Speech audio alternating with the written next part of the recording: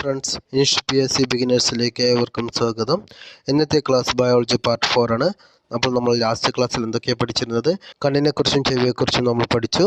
ഇന്നത്തെ ക്ലാസ്സിൽ മൂക്ക്, നാക്ക്, ത്വക്ക് എന്നിവയെക്കുറിച്ച് പഠിക്കാം.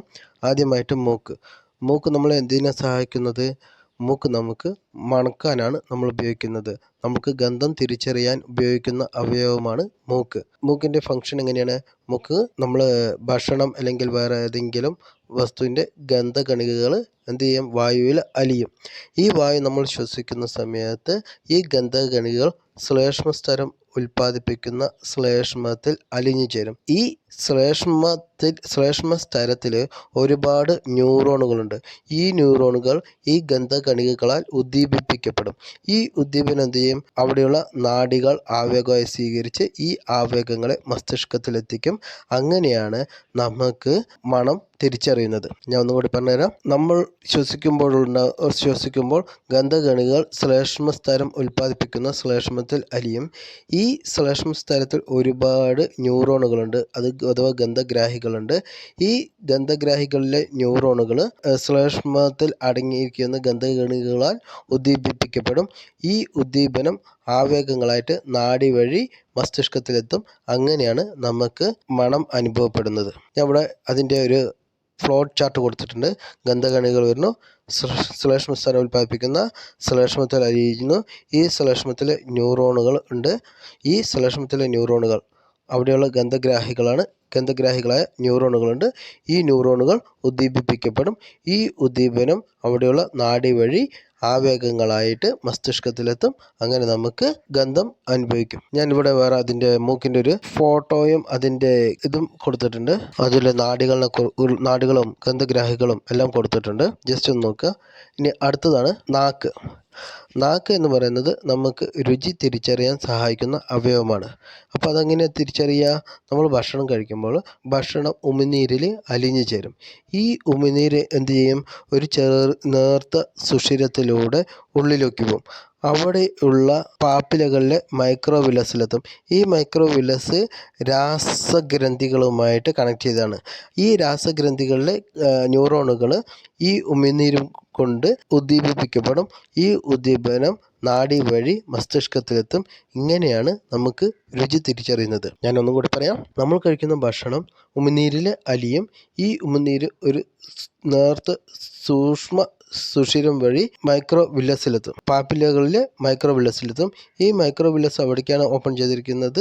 രാസമുകുളങ്ങളിലേക്ക് അല്ലെങ്കിൽ രാസഗ്രന്ഥങ്ങളിലേക്കാണ് ഓപ്പൺ ചെയ്തിരിക്കുന്നത്. അവിടെയുള്ള ന്യൂറോണുകൾ ഉദ്ദീപിപ്പിക്കപ്പെടും. ഈ ഉമിനീര് വരുമ്പോൾ ഉദ്ദീപിപ്പിക്കപ്പെടും. ഈ ആവേഗങ്ങൾ നാഡി വഴി മസ്തിഷ്കത്തിലെത്തും. അങ്ങനെയാണ് നമുക്ക് രുചി തിരിച്ചറിയുന്നത്. ശരിക്കും പറഞ്ഞാൽ ബന്ധപ്പെട്ട് പ്രവർത്തിക്കുന്ന രണ്ട് അവയവങ്ങളാണ് നാക്കും മൂക്കും. നമ്മൾക്ക് മണം തിരിച്ചറിയാൻ പറ്റിയില്ലെങ്കിൽ, നമ്മൾക്കിപ്പോൾ ജലദോഷം മറ്റുമായിട്ട് മണം തിരിച്ചറിയാൻ പറ്റില്ലെങ്കിൽ ആ ഭക്ഷണത്തിന് സ്വാദ് കുറയുന്നത് ഇതുകൊണ്ടാണ്. കാരണം നമുക്ക് മൂക്കിന് മണം തിരിച്ചറിയാൻ കഴിയില്ല. അതുകൊണ്ട് തന്നെ രുചി കുറവാകും. ഇത് രണ്ടും ഒരുമിച്ച് പ്രവർത്തിക്കുന്ന അവയവങ്ങളാണ്. ഇനി അടുത്തത് ഞാൻ ഇപ്പോൾ നാക്കിൻ്റെ ഇത് പറഞ്ഞു. നാക്ക്, പാപ്പില, രുചിമുകുളം, ഇതൊക്കെ. ഇനി നമ്മൾ നാക്കിൽ ഓരോ പാർട്ടിലും രുചിമുകുളങ്ങൾ വ്യത്യാസമാണ്. അപ്പം നമ്മുടെ നാക്കിൻ്റെ ഫ്രണ്ട് സൈഡിലാണ് എന്തുള്ളത്?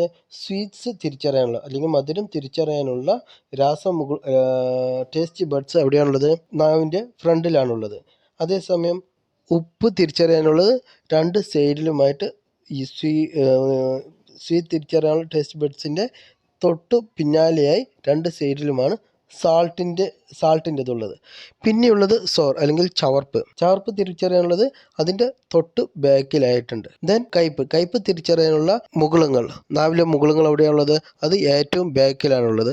പിന്നെ ഉമാമി തിരിച്ചറിയാനുള്ള മുകുളങ്ങൾ നമ്മുടെ സെൻറ്ററിലായിട്ടാണ് ഉള്ളത്. ഞാൻ ഒന്നുകൂടി പറയാം. നമ്മുടെ ടേസ്റ്റ് ബഡ്സ്, നാക്കിലുള്ള ടേസ്റ്റ് ബഡ്സിൻ്റെ ലൊക്കേഷൻസ് ആണ്. നമുക്കിപ്പോൾ മധുരം തിരിച്ചറിയാം. മധുരത്തിൻ്റെ ടേസ്റ്റ് ബഡ്സ് സ്ഥിതി ചെയ്യുന്നത് നാവിൻ്റെ ഫ്രണ്ടിലാണ്. കയ്പ്പ് തിരിച്ചറിയാനുള്ള ടേസ്റ്റ് ബഡ്സ് നിലനിൽക്കുന്നത് നാക്കിൻ്റെ ഏറ്റവും ബാക്കിലാണ്. ഇനി സോൾട്ടിൻ്റെ ടേസ്റ്റ് ബഡ്സുകൾ എവിടെയാണുള്ളത്? നാവിൻ്റെ രണ്ട് വശങ്ങളുമായിട്ട്. മധുരം തിരിച്ചറിയാനുള്ള ടേസ്റ്റ് ബഡ്സിൻ്റെ തൊട്ട് ബാക്കിലായി രണ്ട് വശങ്ങളിലുമായിട്ടാണ് സോൾട്ടിൻ്റെ ടേസ്റ്റ് ബഡ്സ് നിൽക്കുന്നത്. അതിൻ്റെ തൊട്ട് ബാക്കിൽ സോൾട്ട് നിൽക്കുന്ന പോലെ രണ്ട് വശങ്ങളിലുമായിട്ടാണ് സോർ തിരിച്ചറിയാനുള്ള മുകുളങ്ങൾ നിൽക്കുന്നത്. പിന്നെ നാക്കിൻ്റെ സെൻറ്ററിലാണ് ഉമാമി തിരിച്ചറിയാനുള്ള ടേസ്റ്റ് ബഡ്സ് നിൽക്കുന്നത്. ഇനി അടുത്തതാണ് ത്വക്ക്.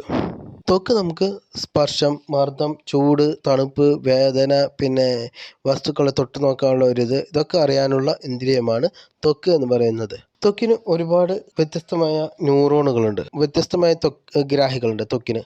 അപ്പോൾ ഓരോ ഗ്രാഹികളും ഓരോന്നാണ് തിരിച്ചറിയാം. വേദന, താപനില മാറ്റങ്ങൾ അറിയുന്ന ഗ്രാഹികളാണ് ഇങ്ങനെ ട്രീ പോലെ കിടക്കുന്നത്. അടുത്തത് സ്പർശം, മർദ്ദം, രോമങ്ങളുടെ ചലനം എന്നറിയാനുള്ള ത്വക്കിലെ ഗ്രാഹികൾ വേറെയുണ്ട്. അതില്ലാതെ വസ്തുക്കളുടെ ആകൃതി, അളവ്, ഘടന എന്നറിയാൻ വേറെ ഗ്രാഹികളുണ്ട്. പിന്നെ തണുപ്പ്, സ്പർശം എന്നറിയാൻ വേറെ ഗ്രാഹികളുണ്ട്. അതുപോലെ തന്നെ തീവ്രമായ സ്പർശം, സമ്മർദ്ദം, ചൂട് എന്നറിയാൻ വേറെ ഗ്രാഹികളുണ്ട്. രോമങ്ങളുടെ ചലനത്തെ കണ്ടെത്താൻ സഹായിക്കുന്ന ഗ്രാഹികളുണ്ട്. കമ്പനം, ഉയർന്ന ആവൃത്തിയുള്ള സ്പർശം അതും തിരിച്ചറിയാനുള്ള ഗ്രാഹികളുണ്ട്. അങ്ങനെ വെവ്വേറെ ഗ്രാഹികളുള്ള ഒരു വലിയ ഒരു അവയവമാണ്, ജ്ഞാനേന്ദ്രിയമാണ് ത്വക്ക്. ഒരു ക്വസ്റ്റ്യൻ ഉണ്ട്, ഏറ്റവും വലിയ ജ്ഞാനേന്ദ്രിയം ഏത് എന്നുള്ള ക്വസ്റ്റ്യൻ. അത് ത്വക്ക് തന്നെയാണ്. കാരണം നമ്മുടെ ശരീരത്തിന് മൊത്തമായിട്ട് വ്യാപിച്ചു കിടക്കുന്ന ഏറ്റവും വലിയ ജ്ഞാനേന്ദ്രിയം അത് ത്വക്കാണ്.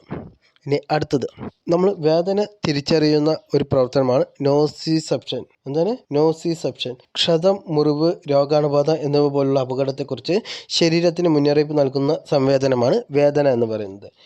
ഈ വേദന തിരിച്ചറിയുന്ന പ്രതിഭാസമാണ് നോസിസെപ്ഷൻ എന്ന് പറയുന്നത്. ഈ നോസിസെപ്ഷന് നമ്മളെ സഹായിക്കുന്നവയാണ് നോസിസെപ്റ്ററുകൾ. നോസിസെപ്റ്ററുകൾ എന്ന് പറഞ്ഞാൽ എന്താണ്?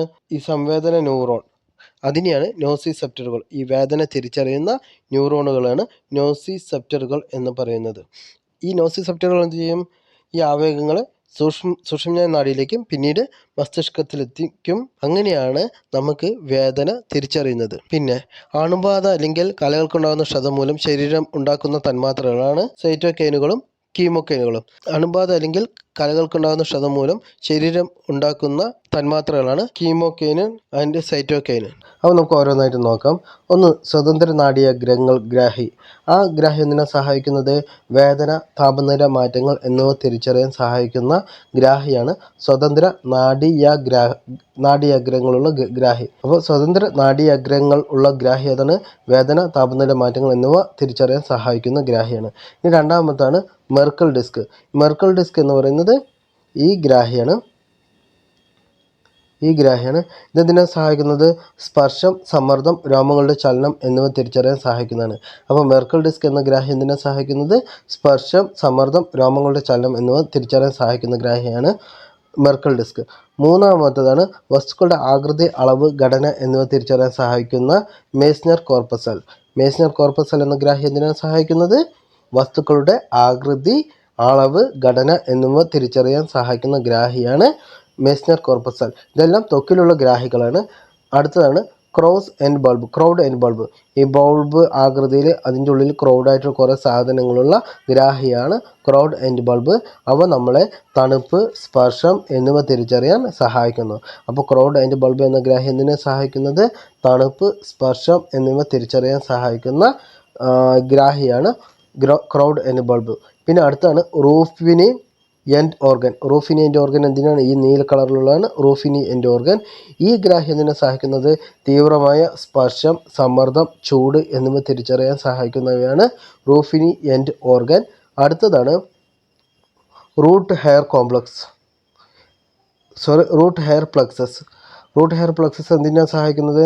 രോമങ്ങളുടെ ചലനത്തെ കണ്ടെത്താൻ സഹായിക്കുന്നതാണ് റൂട്ട് ഹെയർ. അതിൽ തന്നെ റൂട്ട് ഹെയർ. അപ്പോൾ രോമങ്ങളുടെ ചലനത്തെ കണ്ടെത്താൻ സഹായിക്കുന്ന ഗ്രാഹികളാണ് റൂട്ട് ഹെയർ പ്ലക്സസ്. അടുത്തതാണ് പസീനിയർ കോർപ്പസൽ.